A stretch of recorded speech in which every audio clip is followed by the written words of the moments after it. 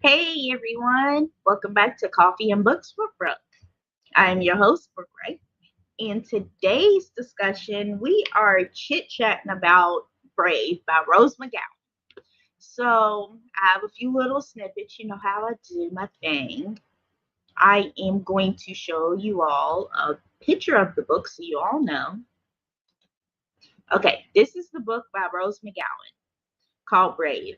And I'm going to read the little description. Brave is a memoir written by actress and activist Rose McGowan, released on the 30th of January 2018. This book details McGowan's childhood living as a part of the controversial group Children of God and her sexual assault by Harvey Weinstein. So I just want to first start off by saying that I am a part of the Me Too movement. I have also been sexually assaulted. I've never been in a cult, but the way that Rose McGowan describes a cult and the the way Rose McGowan describes a cult is like a church or um, Hollywood. That's a cult. And I agree with her 1,000% agree with her. So this is one of Rose McGowan's discussion when she was on the Good Morning America, and she discusses her book Brave, like goes into deep discussion of her book. I just want to give my thoughts on the book. I love the title of her book Brave because yes, she's brave. She went through sexual assault. As a child, she was a victim, but now she's a survivor. And I love her for that. I love what she's doing for the Me Too movement. And I will continue to be on Rose McGowan's side. So this is one of the videos that I happened to come across where she is doing a interview on the Good Morning America. Now, a filmmaker, activist, author Rose McGowan, she was one of the first women to stand up and say Me Too. She is telling her raw and unfiltered story in her new memoir, Brave, and respond to her as she did when she walked in, ladies and gentlemen, in the studio.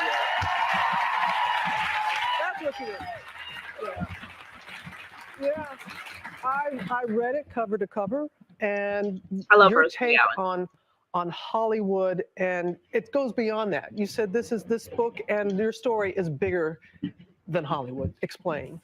It's bigger than Hollywood, and I wanted to cover that in the documentary Citizen Rose as well.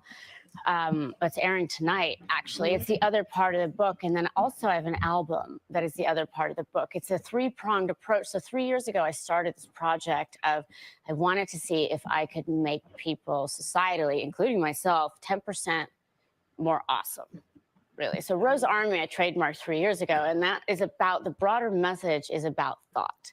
And it's about like just looking at things. I realized there are no lobbyists for critical thinking, and I realized there are no lobbyists for bravery. Yeah. You know, this country has a big I no agree. fear. I've seen the bumper stickers everywhere, but I say, be brave, do it even if your ankles shake, because they will. Yeah. And you just, that's what we talked about. No, we were talking about it because when you say you're brave, it doesn't mean that you're not scared. It just means you do the scary thing anyway. Because there's no other choice. Yeah, there's no other choice. The other choice leads to, I think, lying to yourself, and a collective lie, really. And I think the thing is like, I grew up in a very unusual way, I guess, to most people. But when I came out of the cult, if you will, I saw the language everywhere. I saw the same language in Hollywood, and they were doing the same exact thing that they did in the cult. And I thought, well, God, they're really spreading misinformation. I mean, they literally call you guys the flyover states.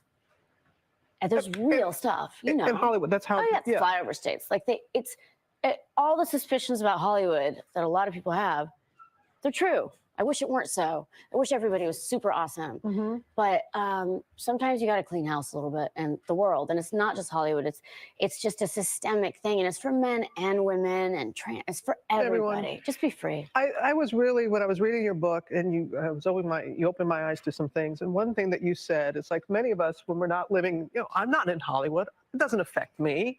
And you said, whoa. You don't realize how Hollywood affects so many of us. Yeah. There was a 2-year-old boy that I saw on Facebook, and his mom posted it saying, "Isn't this cute?" And it was cute. This little boy was shooting along with Rambo, or like doing every single thing this man was doing, time to a T. And I thought, you've just stolen that boy. You've just told him what a white male is. There's a lot of thievery that goes on with image, you know, and a lot of it is because, you know, if you have one perspective and it's a narrow perspective and it's the same people over and over carrying that perspective, all of our voices are not being heard. And I don't know, do you recognize yourself, women, in movies? Do you see yourself? Do you see yourself as a caller? Do you see yourself? Because I don't see it.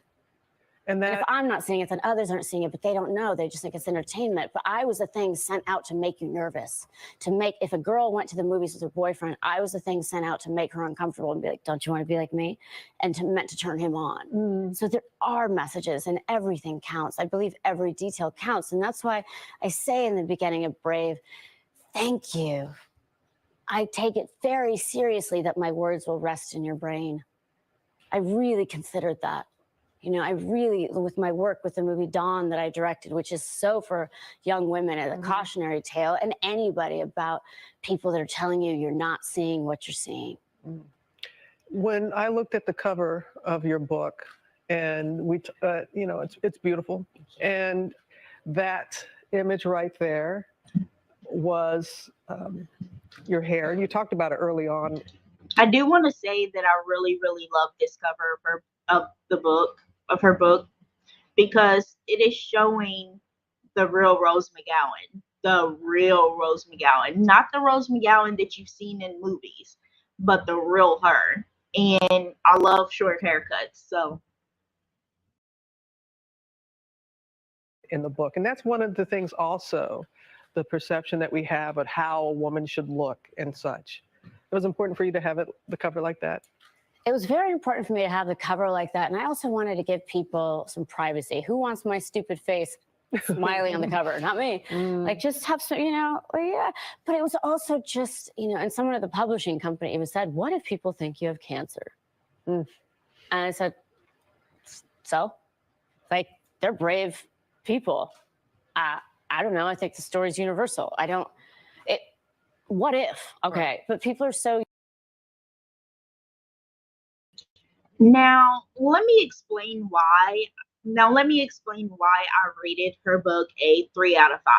It's not because the book itself, because I listened to the audiobook. And I'm not saying I'm not a fan of Rose McGowan singing. I love her voice, but I just wasn't feeling that vibe of that song. And also another part of it is that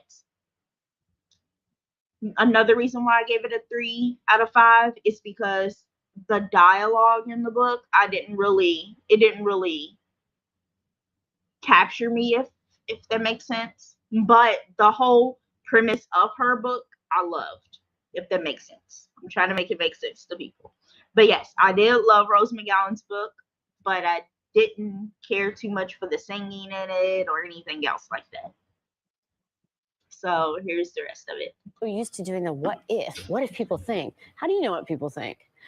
If I like it, I know I'm not that unique, so maybe someone else will like it too. Yeah, and because when you were talking about it, the hair, because that's also part of it, and I had forgotten when we were showing the setup piece and from Charmed and seeing you with the long hair. Isn't it weird? And different, but that was part of. It was part of it. It was like doing drag as a woman for me. And there were so many things, and I talk about the wrong in my life, in that life, I couldn't pinpoint. I thought it was like micro things. I thought it was smaller things that were wrong. And in fact, I was like, it's the entire system that's wrong. Oh, okay. Got it. I can be free. And that was, you know, and I talk about it in the book, and I say, you know, so many people cannot, mostly women who can be super misogynistic too, trust, you know, and it's bred into them. And I think you're working against your own interests. What do you say to some people who say you're angry? Why did you stay in Hollywood? Why didn't you leave? How do you respond? Yeah, because famous people can go out and get a job anywhere, right? Because someone would hire me, I'm sure, for what? I did it since I was 14 years old. what other skill set. This was my job. It wasn't my passion. I happen to be very good at it. I'm also good at tying my shoes. Yeah, and you have Rose Army. You have so many people who are sharing. That has to mean a lot to you. You're giving them a voice to be able to share their story. Yeah. And how do you say to people, because you have this platform and there's Twitter I and social do media, want just to quickly how you clarify can own that your. I am a part of Rose's army, so don't get it twisted. I definitely am a huge fan of Rose McGowan and a supporter of what she stands for, and I agree for the things she says. If you don't like it, it's on you. But I'm gonna say how I feel, and I'm gonna follow who I want to follow, and I agree with what she says. So it is what it is. Your voice and your story. Just don't be afraid to talk to the people in charge. You know, I tweeted at Jeff Bezos, and most people, I'm sure, would wait 5 years to get a meeting with that man. I'm like, oh, I just want to talk to you. Let me tell you a couple of things.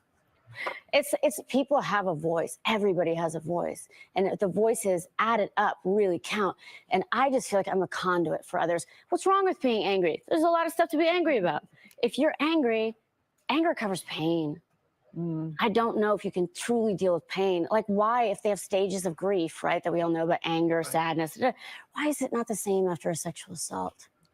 You're so Because right part of about you dies, but we can live, but we don't have to, and that's not fair. That's what I'm talking about. You know, in health class, they taught me to submit so I wouldn't get killed. And I submit, get men free of what they're supposed to be, because they don't know how to process emotions. Nobody who's doing that here. Just be free. Just feel it. It's okay. It won't blow you away. And you can be brave. And you can be brave. Thank you, Rose. Thank you, Rose McGowan. Thank you.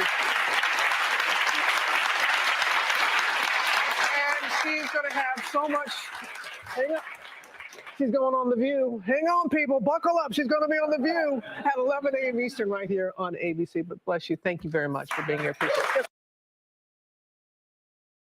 I just want to say that Rose McGowan is very, very beautiful, and I'm grateful that she went on the show and spoke about that, spoke about her book and about Brave and about being sexually assaulted by Harvey Weinstein. I'm so glad she came forward, and I'm so glad all the other people came forward. And he's a criminal. He's right where he needs to be. So. There was also another one. It's an official trailer, Being Brave, about Rose McGowan. And this is her trailer of her book. I'm going to show you all that. And then I'm going to get more into the book discussions. So. The genie is out of the bottle. People now know how to stand up to abuse of power. When I came forward and I helped with the articles, I wanted to show people everywhere that you could cut off the head of power and not just bite at the ankles. From decades of abuse and exploitation stands a rose among thorns. Rose learned from an early age that the only person she could really rely on was herself. Coming from an unusual upbringing in an oppressive cult to walking the red carpet of Hollywood, overcoming her painful and traumatic childhood to become a successful actress and now activist. If you look at her life story and what she's come from and what she has survived, I would say that the best thing that I could say about Rose McGowan is that she's a fighter. She is just herself, and she is what she is, and she wants to be valued for her opinions and her voice. From the bright lights of Hollywood, she's shown a spotlight on the destructive practices of Hollywood's kingpins. Rose McGowan was going for blood. I wanted to show that we can topple monsters and giants. Rose McGowan was one of the first women to speak out against the disgraced mogul Hollywood producer Harvey Weinstein. The fact is, he never thought he would have handcuffs on him. He never thought this day of reckoning would come for him. He thought he was above the law, and he was above the law for many, many years, but no longer. Do you understand what this person did to our careers? Do you understand what this person did to our earning income capabilities, our art that we lost, what the public lost from so many wonderful actors that just wanted to do their lives and perform their art? She comes across as very belligerent and angry and aggressive at points, she would say that she's just had to be to survive. He did this to so many of us, and our stories are almost all identical. So a victory for one of us is a victory for all of us. And more importantly, it shows to the world that abuse of power won't stand, that just because you have money doesn't mean you're above the law, that just because you're powerful doesn't mean you can get away with it forever. It just takes people telling the truth and being brave and pushing and pushing and pushing others to do the right thing. She's found a platform and a role for herself that's far more suited to who she really is, which is a voice, which is a force for change. I just want to say that Rose McGowan coming forward, it really pushed others who were being assaulted at work, in the workplace, by their bosses or by people that they didn't think that would ever, see jail time or get fired for abusing their position and violating other people. Women and men have been violated in the workplace. It's not just women.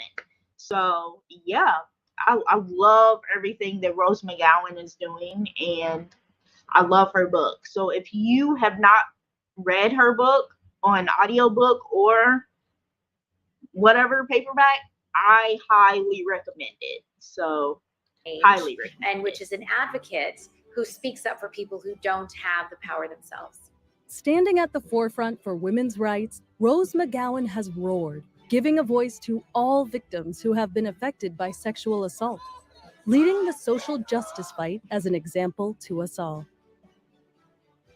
Come with us as we explore her dramatic and compelling journey and find out what it really takes to be brave.